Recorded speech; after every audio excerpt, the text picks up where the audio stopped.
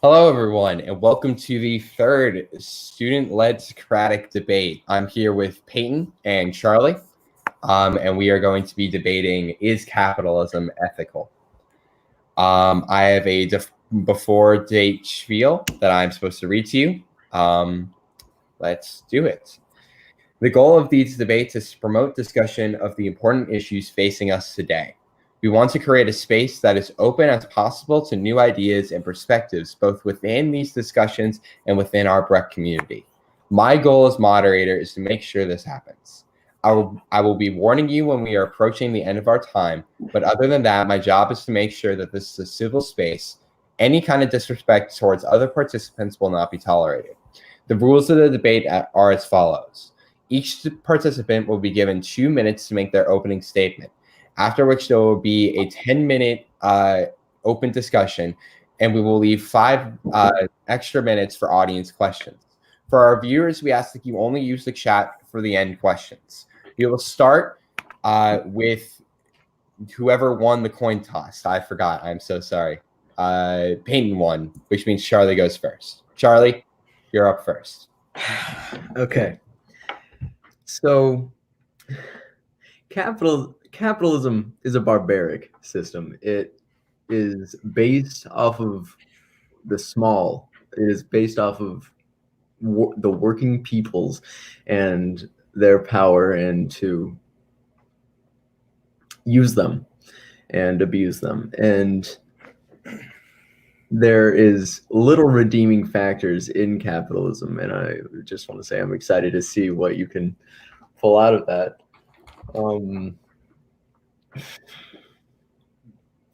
The capitalism is almost entirely unethical, and it is frequently, I find that it is people who support it pride it on that being, they're proud of the fact that it is built off of greed and selfishness and all these things. Usually we think are evil or bad. Yeah. Oh, 30 seconds left. I guess I'll just yield my time to the chair. Thank you, Charlie. Up next is Peyton. Peyton, you have 2 minutes. Upon which what we call ethical is really where this debate hangs on. So first, I would like to point out the fact is that, like communism often argues, is there's never been a actual pure form of capitalism. Every part of our society and every society that has existed has had some form that is on that scale and never a pure form of it. Additionally, what you call as selfish and greed is individualism, or being individualist. Along with the fact is that ethically, there's nothing inherently ethically wrong with capitalism. It is upon which it is upon how it is implemented and how it is taken a part of. I don't really need to make any other statement. I yield my time. All right, thank you guys. We are now in a 10-minute open debate. I leave you guys to it.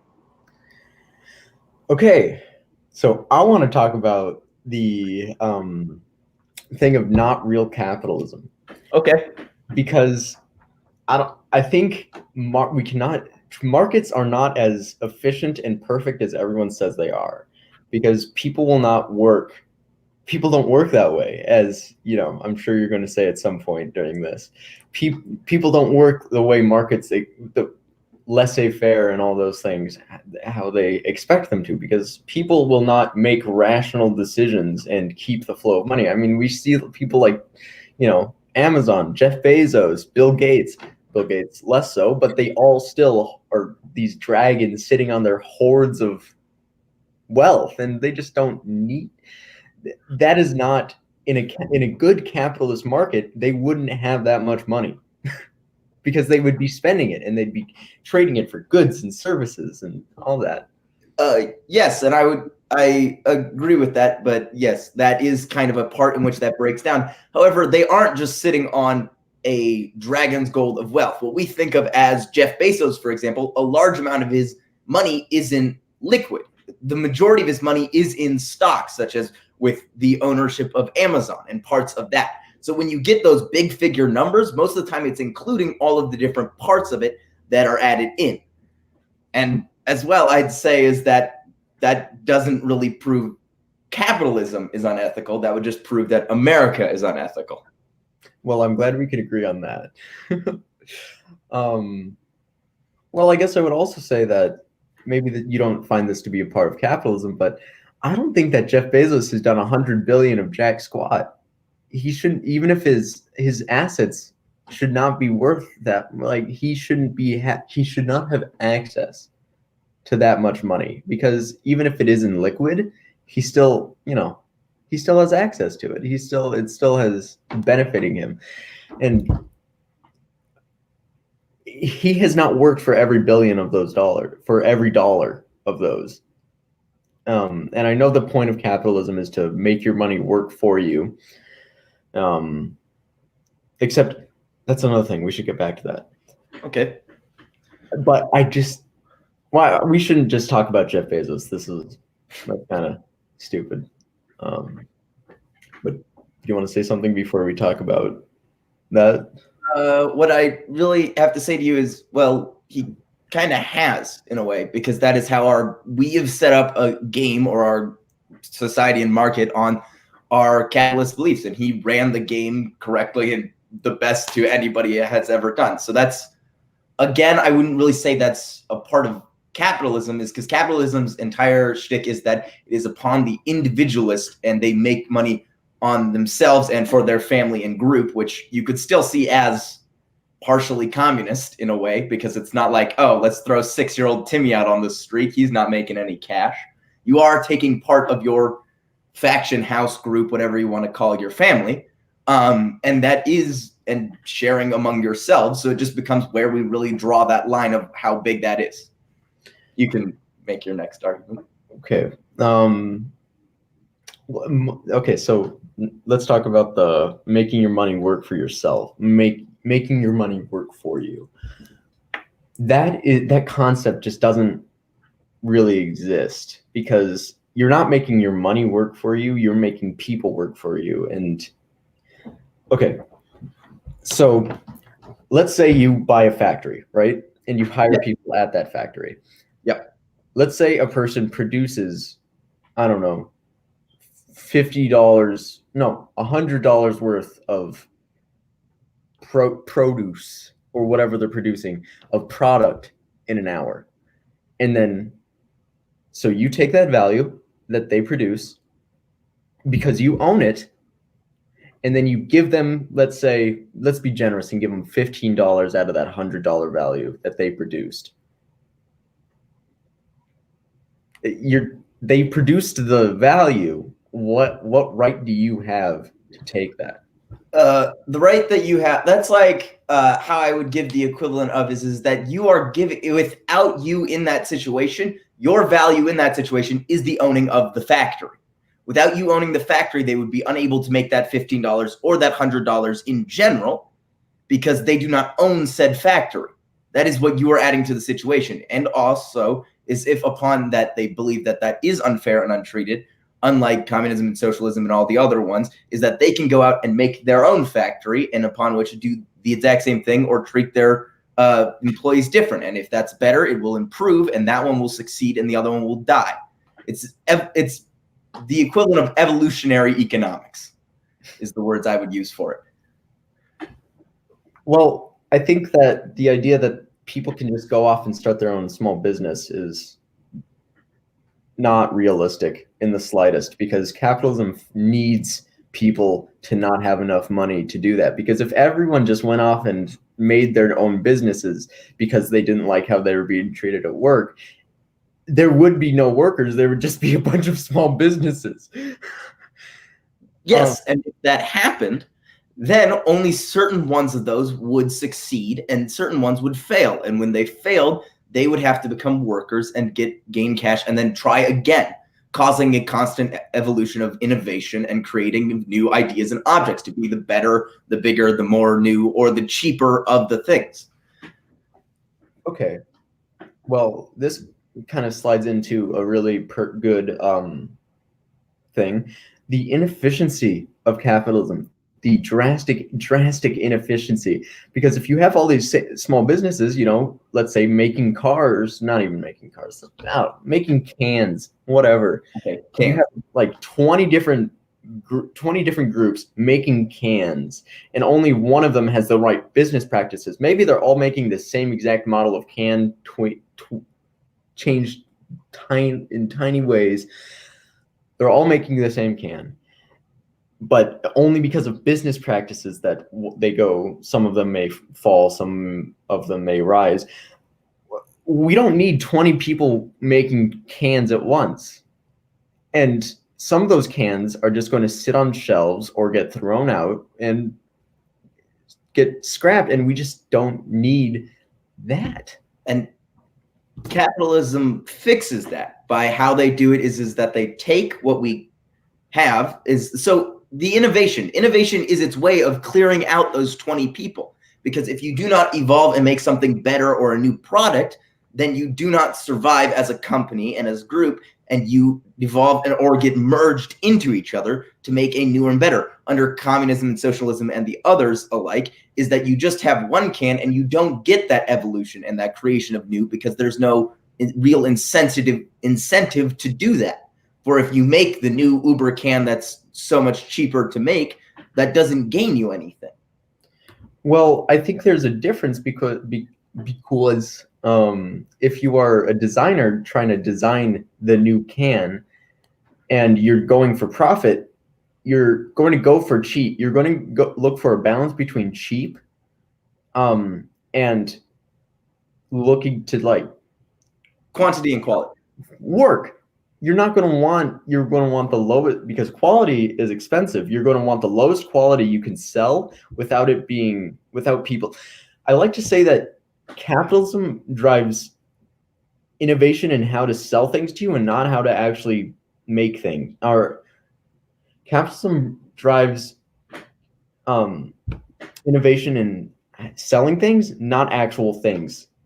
Because this is going to be a stupid example, but it's the same Call of Duty every year. You know, like that is not innovation. They are not really building on it, except maybe some graphics. They are just working on advertising. They're just working on campaigns, stuff like that. It's not really. But the reason that happens is because there is no competition in that market. There is no other Call of Duty. So they have no reason to go and try and make a bigger and a better and a more interesting game, because they're sitting at the top of the mountain with no competition. If there was Ball of Duty, my example of the other one, it would be significantly, if they saw, okay, so we're the exact same game, however, we sell it for $10 cheaper, then that one would go. And they say, okay, we're selling it for $10. They're selling it for $10 cheaper, but we have better graphics now. So it causes this innovation. Like, for example, a good example in the same market and same area place is the consoles. Consoles are constantly improving with better graphics and better ways to run and more energy efficient and smaller and more compact and all of these different things, because they have these competitions with each other. They are competitive. Okay. I think we have 30 seconds left. Innovation driven by people is better than innovation driven by profit, because when you're trying to make something that will work better for people, you're going to make a better product. Because when you're just trying to make more money, you're going to cheap out on everything. You're going to do the bare minimum. The money is the incentive of it. And so the reason that you say it's cheap out is the only way that cheap out works is that if people want a cheaper price, if they don't care if it's a cheap price but absolute garbage, no one's going to buy it. You have to find the perfect X between the quantity and quality. All right, and I'm gonna stop you guys there. All right. Thank you guys for such a great debate. That was actually really, really good. We are now having 5 minutes for audience questions. If anyone in the audience has any questions for either Payton or Charlie, please type them in the chat, in the comment section, and they will try to answer. And I'm gonna stop you guys there. All right. Thank you. Someone here has YouTube open up. Well, I know it's not me, so. Charlie. All right. While we are waiting for any audience questions, I would just like to kind of bring it back to the ultimate point, which is capitalism ethical? While we're waiting for audience questions, I would just like to give Charlie like 30 seconds to give like a short spiel on why capitalism is unethical, and then I will give Peyton the same 30 seconds. No, it is not ethical. I don't believe that, or no, it's not even that. People do not have self-determination and autonomy under capitalism. Some do, but the vast, vast majority of people are made to be the pawns of these larger forces.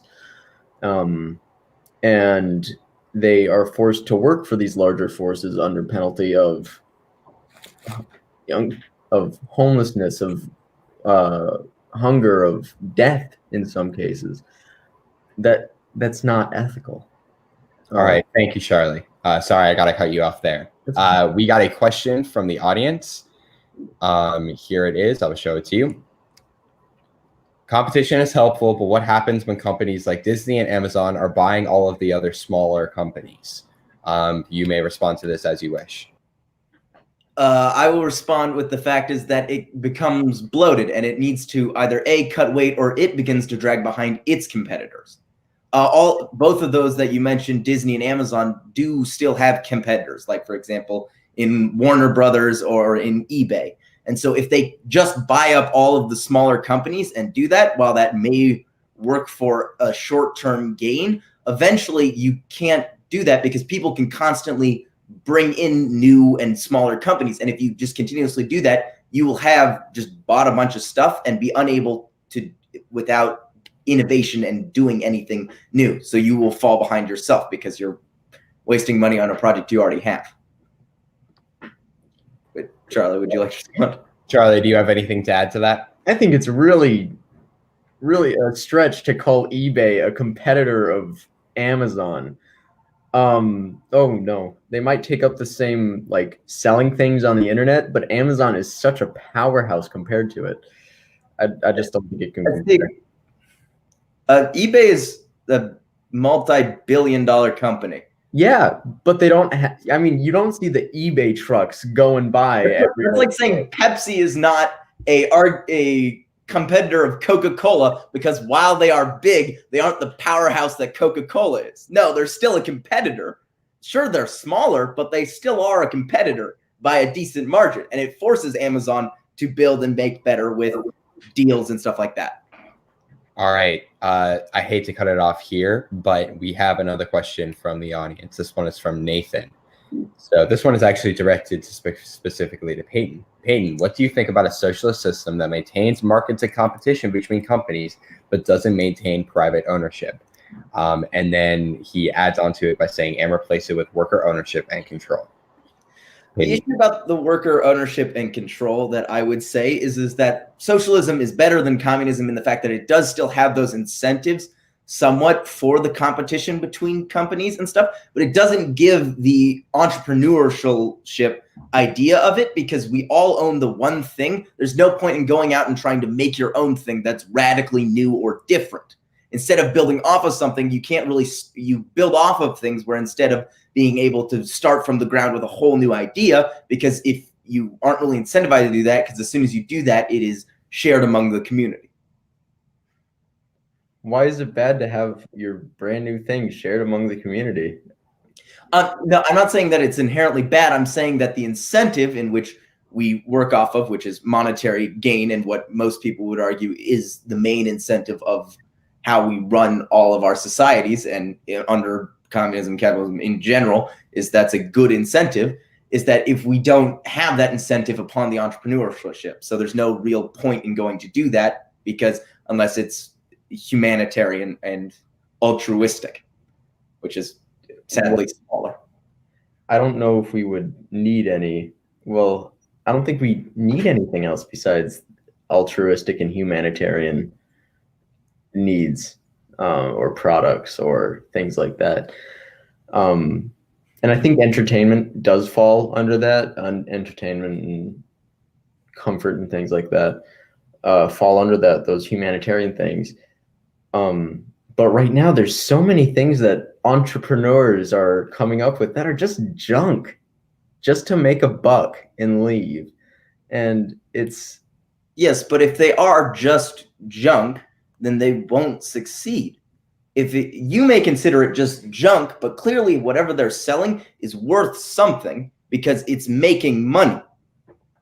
And to answer you is that I think that what it comes down to is that I don't believe that altruism could work like that and humanitarianism could work like that, because why risk it by going out into the unknown if I can just stay in comfort and where I know I will succeed? Where it's forcing which means that you don't have any reason to entrepreneurship. You don't have a reason to be altruistic, because if I go out and do that, I will fail or I will succeed, but I wouldn't feel like the failure is going to mess with me. You've got your confused face on. Yeah, because that's the same thing with capitalism. Why just stay in comfort if everything else is so hard? Because if I go out and I do succeed, I get something from it. Where on the other side, if I go out and succeed, I don't get anything because it's shared among the community. You still get something. You just... Then it comes back to your same argument of $100 to the $15, because I'm not getting what I made. I'm getting just a slice of it. You're getting... Except in this case, when it's $100 to $15, that $85 isn't going to some man who didn't do anything. It's going to it. That, by the way, that money. Yes, $85. I can do math in head.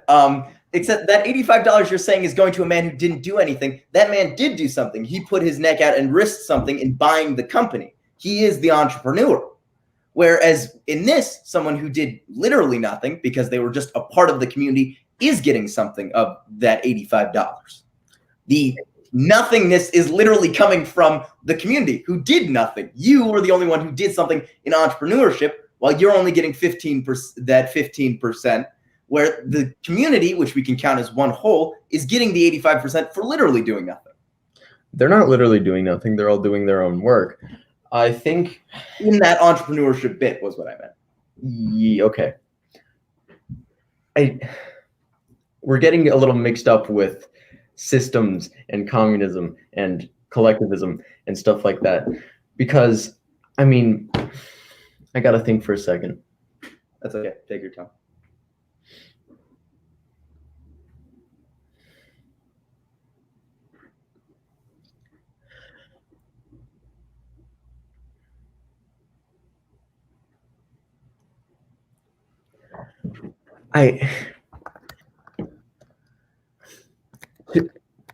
For the workers to appreciate their value, to appreciate what was given to them, I think is the important thing, and not for them to appreciate, for them to able to value it, to control that value. And I think much of the theory and idea behind communism and communist thought and stuff is that you can't let just one guy take all of your stuff that you produce. And if it is controlled democratically through the collection of people who are producing, then it will be a more fair and just system, because it's not just going to some figurehead who didn't do anything towards the production of that product. And that's where can I give a final bit to this? Yes, Payne, you may have like a 15-second rebuttal, but we're wrapping up on time real quick. Okay, I would say that you're saying he did nothing towards that production, but he did. He owns all of the things. You're not being hired to take something you own and make it into something that's being sold. You're being hired to take something someone else owns and move it into something else. That's like if you're being hired to mow a lawn complaining that you don't own all of the lawn. You're not hired to own all of the lawn. You're hired to mow the lawn and create it into a better lawn. Hmm. That makes sense in a way. All right. Thank you, Peyton. And thank you, Charlie. This was an incredible debate. And I'd like to thank our audience for their participation and their questions. Our comment of the day is, Josh, we don't even need to ask questions. They just go off. And I think that really speaks to how much you guys know about this subject and how much you guys are passionate about this. And I appreciate that. With that, we have 10 minutes before class starts, fifth period for the day. I'd like to wish everyone a safe and happy Friday and weekend. All right. Swag.